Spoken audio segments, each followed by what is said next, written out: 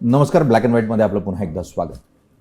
महाराष्ट्राच्या विधानसभा निवडणुकीची रणधुमाळी जी आहे ती अंतिम टप्प्यात पोहोचलेली आहे आणि प्रत्येक अंतिम टप्पा जसा जास्तीत जास्त उग्र होत जातो तशा स्वरूपाचा हाई टप्पा पाहायला मिळतो आणि त्यामुळे अनेक आरोप प्रत्यारोप कमरेखालचे वार हे प्रत्येक मतदारसंघात आणि वरिष्ठ नेत्यांकडून होताना पाहायला मिळतात. मात्र यामध्ये महाराष्ट्राची राजकीय संस्कृती लयाला जाते याचं भान जे आहे ते अनेक राजकारणी विसरले आहेत. पण असं थोडंसं भान असलेला एक नेता आपल्याकडे आहे आणि त्यांचं नाव आहे विनोद तावडे. स्वतः विनोद तावडे आपल्याबरोबर आहेत. आपण त्यांच्याही चर्चा करणार आहोत. तर खूप खूप स्वागत. विनोदजी, जसं मी सुरुवातीला म्हटलं की भाजपतली आक्रमकता ज्या स्वरूपात भाषणांमधून दिसती आहे त्यामध्ये एक अपवाद म्हणून तुमच्याकडे बघितलं जातं आणि तुम्ही अजातशत्रू आहात, तुम्ही सर्वांना बरोबर घेऊन चालू शकता, अशा स्वरूपाची एक तुमची प्रतिमा तयार झालेली आहे. तर या प्रतिमेमुळे तुम्हाला महाराष्ट्रात संधी मिळू शकतं म्हणतायत मुख्यमंत्रीपदाची?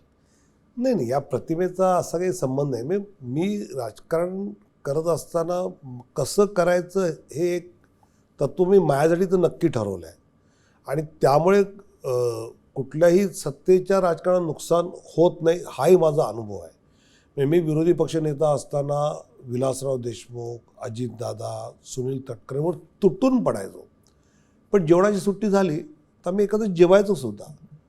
पण आज जे चाललं आहे म्हणजे सकाळी 9 वाजता भांडूपमध्ये बांग होते आणि त्याच्यावर जे काही सगळं चालू होतं हे अतिशय दुर्दैवी आहे. मला मध्य प्रदेश बिहारमध्ये फिरताना लोक म्हणतात की हे क्या हो रहा है महाराष्ट्र में, आणि ते वाईट वाटतं. आणि या सगळ्याचं जर विश्लेषण करून दोष द्यायचा असेल कुठल्या घटनेला किंवा व्यक्तीला तर 2019ला भाजप शिवसेनेला जनादेश मिळाला सत्ता बनवण्याचा आणि त्यावेळी माननीय उद्धवजींनी काँग्रेसबरोबर जाणं जे पसंत केलं तिथून लयाला जायला सुरुवात झाली, ती जातच राहते, हे वाईट आहे.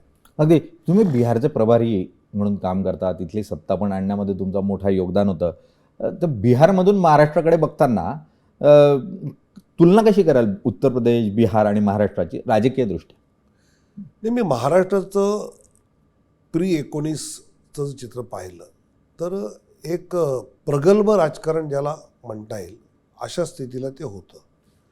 त्या तुलनेत बिहार आणि UPमध्ये खूपच हमरीतुमरी. मला तर आठवतं की माननीय शरद पवार साहेब एकदा मनोहर जोशींच्या 75व्या वाढदिवसाला आले होते. त्यांचं भाषण NCP घेतलं तर ते त्या भाषणात म्हणले की मी निघताना सेंट्रल हॉलमध्ये पार्लमेंटच्या म्हटलं मला जायचं आहे, विमान पकडायचं. का पकडायचं आहे तर असा कार्यक्रम आहे. अरे वो तो आपके पार्टी के नाही आहे. तर म्हणजे मग काय झालं तर तो सपाचा खासदार म्हणला की आम्ही जर असं गेलो तर आपल्या पार्टीतनं काढून टाकतील.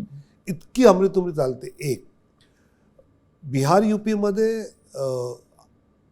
जाती 20-22 प्रकारच्या जाती आणि त्यांचा खूप मोठा प्रभाव.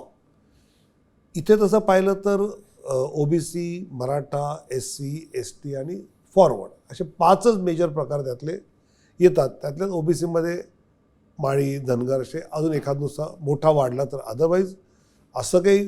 पण इथे दर 25-30 किलोमीटर नंतर जातीचा प्रभाव बदलतो, त्या वेगळ्या जाती प्रभावी होतात. मग तिकडचा तुम्हाला विधानसभेचा आमदार त्या पद्धतीने विचार करावा लागतो. असं अजून उत्तर प्रदेश, बिहारमध्ये खूप जातीची समीकरणं. म्हणजे तुम्हाला राज्याचा नेता तुम्ही या जातीचा दिला तर पुरेसा नसतो. त्या जिल्ह्यातल्या 13-14 आमदारामध्ये एक आपला आहे की नाही हे ते पाहतात. असं खूप त्या ठिकाणी चालतं आणि तिथली लोक राजकारणाचा श्वास घेतात. म्हणजे राजकारण तिथे आपल्या इथल्या 10 विचारलं तर 5 जण ठीक आहे असं म्हणतील, ते 10च्या 10 जण सांगतील की त्यांचं काय मत आहे. पण मुळात जी जात उत्तर प्रदेशमध्ये, बिहारमध्ये ज्या स्वरूपाचा पगडा ठेवून होती ती जात महाराष्ट्रातून नामशेष होत होती. ती पुन्हा एकदा जन्माला आली आणि जातने ती जात अशा स्वरूपाचं चित्र महाराष्ट्राच्या राजकारणात आज तयार झालं. मुळात याला दोषी कोण मानतं तुम्हाला? नाही, मला असं वाटतं की या सगळ्या महाराष्ट्राचं विकासाचं राजकारण जाती आधारित आणण्याचं काम जर जास्त कोणी केलं असेल त्याचा त्यांना फायदा नक्की झाला असेल तर माननीय शरद पवार साहेबांनी, हे तर सगळेच मान्य करतील. आणि जातींमध्ये खेळवणं सुद्धा मला असं वाटतं की राजकारण पवारसाहेबांची क्षमता अशी होती की त्यांनी ठरवलं असतं तर राजकारण जातीच्या पलीकडे नेऊ शकले असते आणि एक महाराष्ट्र देशभरामध्ये वेगळ्या रूपात पाहिलं गेलं असतं. पण ते झालं नाही दुर्दैवाने. अगदी. पण तुमच्याकडे बघताना पण तुम्ही मराठा नेता म्हणून तुमच्याकडे बघितलं जातं आणि तुमच्याकडे सध्या राष्ट्रीय नेतृत्व आहे. तुम्ही सरचिटणीस आहात पक्षाचे. महाराष्ट्राला दुसऱ्यांदाच तुमच्या रूपानं ही संधी मिळते. प्रमोद मायानंतर तुम्हीच आहात आत्ता. तर अशा परिस्थितीमध्ये उद्या जर महाराष्ट्राचा मुख्यमंत्री कोण असं जर युतीतलं गणित जुळवायचं म्हटलं तर मग मधल्या काळामध्ये ब्राह्मण मुख्यमंत्री म्हणून विरोध होताना पाहायला मिळाला. मग मराठा मुख्यमंत्री पाहिजे अशा स्वरूपात कोण महाराष्ट्राचा मुख्यमंत्री कोण होईल जर युतीतून ठरलं तर? नाही, आता तर असं स्पष्ट ठरलं आहे की ही निवडणूक महायुती एकनाथ शिंदेच्या नेतृत्वाखाली लढेल. मग पुढचा मुख्यमंत्री कोण, तर निवडणुकीनंतर निकाल काय लागतात, त्यातली राजकीय समीकरणं काय राहतील, सामाजिक समीकरणं काय राहतील, त्याच्या आधारे पुढचा मुख्यमंत्री एकनाथ शिंदे, देवेंद्रजी, अजितदादा आणि केंद्रीय नेतृत्व भाजपचं हे मिळून ठरवतील. या परिस्थितीमध्ये काल ज्या वेळेला तुम्ही असं म्हटलात की निर्णय जो आहे तो एकत्रितपणे होईल कोण व्हायचा तो, आणि असं काही नाही की हाच एक मुख्यमंत्री होईल किंवा जो चर्चेत असतो तो मुख्यमंत्री होत नाही, हे तुम्ही सातत्यानं म्हणतात. त्यावर देवेंद्रजींचं उत्तर होतं की तावडेसाहेब मोठे नेते आहेत, केंद्रातले नेते आहेत, त्यांना जास्त माहिती आहे, मी छोटा नेता आहे. तर काय म्हणजे तुमच्यातलं, तुम्ही जरी उघडपणे वक्तव्य करत नसला तरी तुमच्या दोघांमधली दरी जी आहे ती चर्चेचा विषय आहे महाराष्ट्राच्या राजकारणातली. नाही, दरी अशी काही नाही. आता एक असं वक्तव्य माझं आलं आणि माझं आलं ते वक्तव्य ते काय आलं, मला पहिला प्रश्न विचारला की तुमचं नाव मुख्यमंत्री पदाच्या चर्चेत आहे तर ते काय होईल. तर मी पटकन उत्तर माझ्या स्वभावाने दिलं की भाजपमध्ये जे चर्चेत असतं ते होत नाही. मग ह्याच्यावर जो हुशार पत्रकार प्रश्न विचारतो तसा प्रश्न आलाच. याचा अर्थ आता जी नावं चर्चेत आहेत त्यातलं पण कोणी होणार नाही का. त्यावर माझं उत्तर होतं की मध्य प्रदेश, राजस्थान, ओरिसामध्ये चर्चेत नसलेली अचानक नवीन नावं आली. आणि पुढेही मी बोललो की आसाममध्ये आणि हरियाणामध्ये चर्चेतली नावं आली. तर त्यातलं पुढचं छापलंच गेलं नाही, ते पहिलं चर्चेत आलं. तर स्वाभाविकपणे मग हे जर विनोदजींनी म्हटलं आहे तर ते मग अमित शहांचं मत आहे का, ह्यांचं आहे, असं ते सगळंच मीडियामध्ये चालत जातं. त्याच्या आधारावर ते देवेंद्रजींचं वक्तव्य आहे. ते काय असं दरी आहे आपापसातलं, कारण हे वक्तव्य झाल्यानंतर आम्ही रात्री बैठकीत भेटलो होतो, त्यात मी जरा गमतीने सांगितलं पण होतं की असं असं झालं आहे. तर असं काही नाही आहे. नाही, पण मुळात राजकारणामध्ये प्रतिस्पर्धी असतात, मग ते पक्षात पण असतात आणि इतर पक्षात पण असतात. तो तुमच्या पक्षात पण तुमचे प्रतिस्पर्धी आहे, ते तुम्ही उघडपणे मान्य करावंच लागेल ते. आणि त्या प्रतिस्पर्ध्यांच्या नावामध्ये सर्वात मोठं नाव देवेंद्र फडणवीस येतं. पुढे नाही तर त्याला तुम्ही कसं बघता, म्हणजे प्रतिस्पर्धा? मी त्याला प्रतिस्पर्धी नाही म्हणत. मुळात आता भारतीय जनता पक्षाच्या कार्यपद्धतीमध्ये कुठला नेता स्पर्धेत पुढे मागे आहे ह्याच्यावर काय केंद्रीय नेतृत्व निर्णय घेत नाही. त्यांचे राज्याचं नेतृत्व कोणी करावं किंवा केंद्रामध्ये कोणी असावं याचे त्यांचे निकष आहेत, त्यात ते बसून पाहतात. त्यामुळे मी समजा उद्या माझ्या मागे 110 मधले 80 आमदार उभे केले तर मला नेता करतील किंवा उद्या कोणी अजून, असं काही नसतं. पार्टी म्हणून जे आमदार आहेत त्यांचं नेतृत्व याने केलं पाहिजे, याची ही 5 कारणं आहेत असं केंद्रीय नेतृत्वाला वाटतं आणि ते त्याला ते काम देतात. त्यामुळे भाजपमध्ये प्रतिस्पर्धा करून उपयोगी नाही. आताच्या नेतृत्वामध्ये काम करत राहणं आणि तुमचा उपयोग योग्य ठिकाणी नेतृत्व करून घेतं, हा माझा अनुभव आहे. अगदी. मग मुळात उपयोगिता काय आहे विचाराची आणि मुळात संघ विचारसरणीचा तो असलेला मागोवा, या दोघांतून निर्णय प्रक्रिया होते असं आपण मान्य करूयात. पण यामध्ये मी असं म्हणेल की गेल्या काळामध्ये जे नेतृत्व होतं महाराष्ट्रातलं भाजपचं, त्यांनी एक अत्यंत जवळचा मित्रपक्ष गमावला आणि तो शिवसेना होता. तर हा मित्रपक्ष गमावल्याचं कधी तुम्ही अवलोकन केलं का पक्ष म्हणून राष्ट्रीय पातळीवर, की कितपत योग्य होतं या मित्रपक्षाला गमावणं तुमच्यासाठी? नाही, तो गमावणं ही आमची इच्छा अजिबात नव्हती. म्हणजे लोकसभेला ज्या पद्धतीचं यश मिळालं होतं भाजपला, NDAला मिळालं पण भाजपला, त्यात जर ठरवलं असं नाही, आमच्यातले काही जण म्हणतही होते की आपण युती नको करायला विधानसभेला, कारण आम्हाला अशी माहिती आहे. बरोबर. पण माननीय पंतप्रधान म्हणले की आपण लोकसभेला युती केली, आपलं ठरलं आहे की आपण एकत्र जायचं आणि आपण विरोधात असतानापासून जे NDAमध्ये आहेत त्यांना सोडणं बरोबर नाही, असं करून पुन्हा शिवसेनेबरोबर युती केली.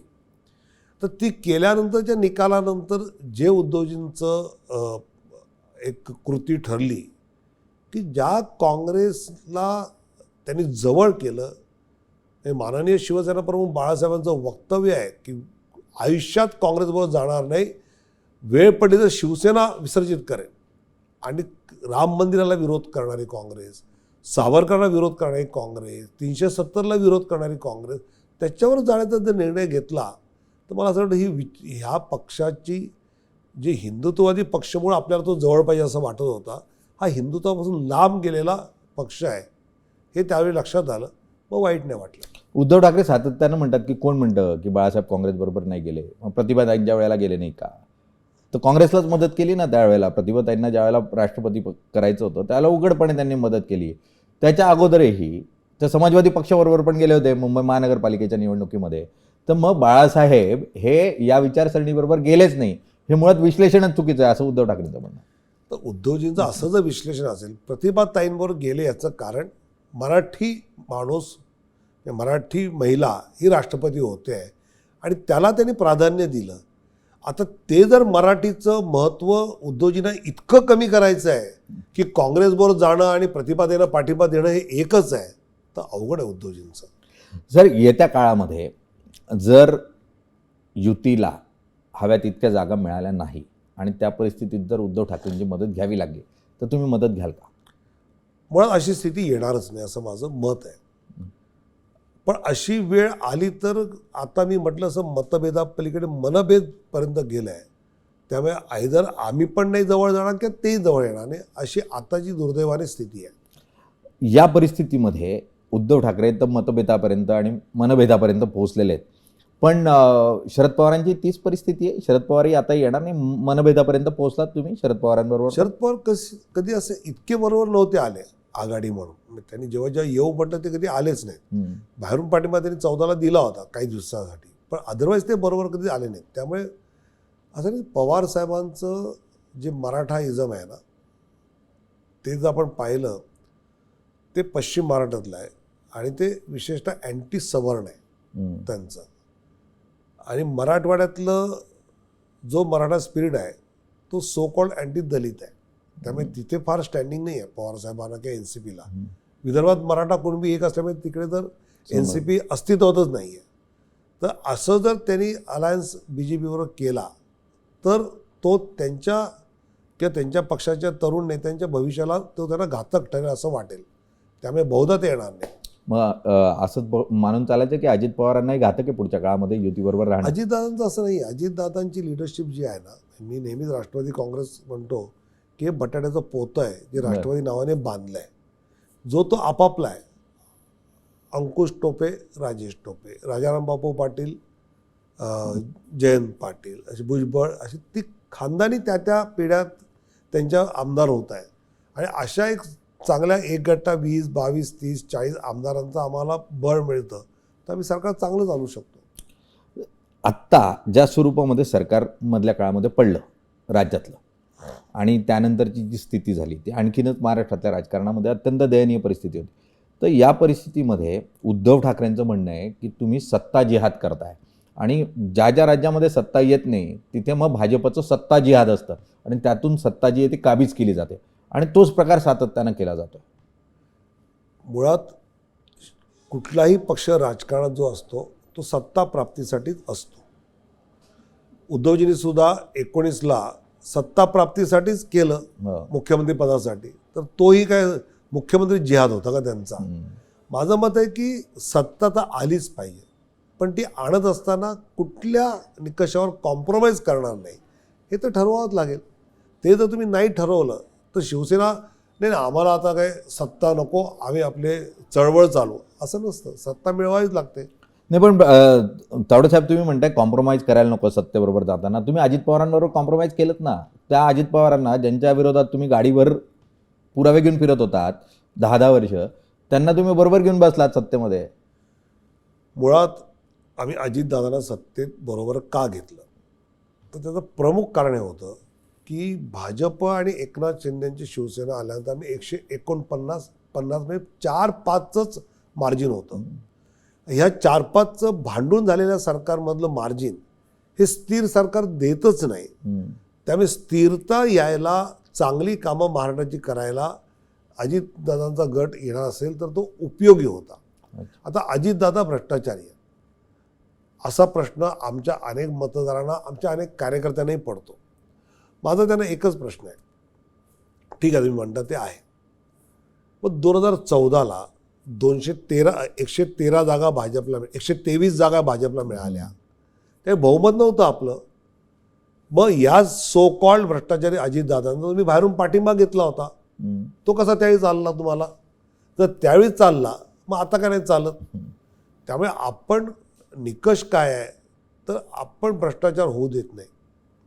आणि ज्यावेळी खूपच गरजेचं आहे सरकार आणि राज्याचं काम नीट चालायला, त्यावेळी आपण एक गटात मदत घेतलेली आहे. नाही बाबा काही होऊ दे, आम्ही विरोधात बसू, यासाठी कोणी राजकारणात नसतं. अगदी. पण 123 मग 103 आणि मग यंदा काय? आता आमचा अंदाज 95 ते 105च्या मध्ये आहे, कारण आम्ही जागा तशा कमी लढलो. जागा तुम्ही कमी लढवतायत, पण या परिस्थितीमध्ये मित्रपक्षांबरोबर जी तुम्ही वाटणी केली आहे, त्यानंतर गणित जे आघाडीचं म्हणून तुम्ही बघताय, तर आघाडीचं गणित काय असेल? मग आघाडी मला वाटतं काँग्रेस एक 55-60 पर्यंत जाईल आणि बाकी मग शरद पवार NCP आणि उद्धवजींचं हे उरलेल्या 50 मध्ये होईल. तुम्ही म्हणताय की एक हाती सत्ता जी आहे ती युतीची येईल, अशा स्वरूपाचं चित्र तुम्ही उभं करताय. पण येत्या काळामध्ये या युतीतले मित्रपक्ष हे तुमच्याबरोबर राहतीलच हे कशावरून? जर त्यांना मुख्यमंत्री पदाची, म्हणजे जे बिहार पॅटर्न तुम्ही राबवला तोच पॅटर्न तुम्ही परत राबवाल इथे? मुळात पुढे मुख्यमंत्री पदाचा पॅटर्न काय असेल तर हे तिघं आणि केंद्रीय नेतृत्व ठरेल. त्याच्या आज खरंच त्यांच्यासह चर्चा झालेली नाही, त्यामुळे आज त्यात जाण्यात काही पॉईंट नाही. मुख्यमंत्री कोण या विषयावर आत्ता तरी चर्चा करणं योग्य नाही, त्यावर टप्प्याटप्प्यानं चर्चा करू. पण राज्याच्या राजकारणात चर्चेतली जी नावं आहेत त्यातलं एक नाव निश्चितपणे विनोद तावडे आहे. आता चर्चेतली नावं मुख्यमंत्री होत नाही असं जरी त्याचं म्हणणं असलं तरी ते साहजिक आहे. कार्यकर्त्याची इच्छा असते, मित्र परिवाराची इच्छा असते, पक्षाची इच्छा असते, त्यामुळे त्यांना संधी मिळेल अशी अपेक्षा करूयात. आणि आपण चर्चेसाठी आलात त्यासाठी खूप खूप धन्यवाद. धन्यवाद. देश विदेशातील प्रत्येक घडामोडींचे लाईव्ह अपडेट मिळवण्यासाठी आता साम टीव्हीच्या सर्व सोशल मीडिया प्लॅटफॉर्मला लाईक, फॉलो आणि सबस्क्राईब करा. तसंच सर्व नोटिफिकेशनसाठी बेल आयकॉन प्रेस करायला विसरू नका.